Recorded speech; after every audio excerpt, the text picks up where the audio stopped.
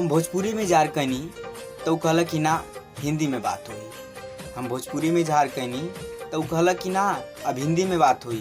अब hotel restaurant cafe के चक्कर में रहे। हम कहली ना बान्हा पे मुलाकात हुई। तोहके दिलवा में ऐसे बसा ले हनी हम, दिल के धड़कन भी हमसे नाराज हो गई। ई प्यार कोनो प्रसादी ना है जौना के लोगन में बटबू का।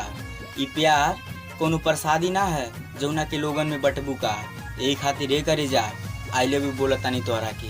अब तू हमसे पटबू जिया से नदिया के पीछे जैसे नैया डोले ओ सही मन सैया डोले। कि दिल में रखलू हमारा के अब डीपी में अपने सैया के। अरे दिल में रखलू हमारा के अब डीपी में अपने सैया के।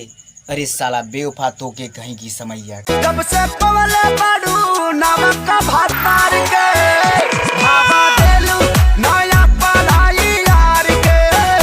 जब से पवले बाडू नमक का भातार के। अरे बनारस के गली से भी छोट तुहार सोच रहे। बनारस के गली से भी छोट तुहार सोच रहे।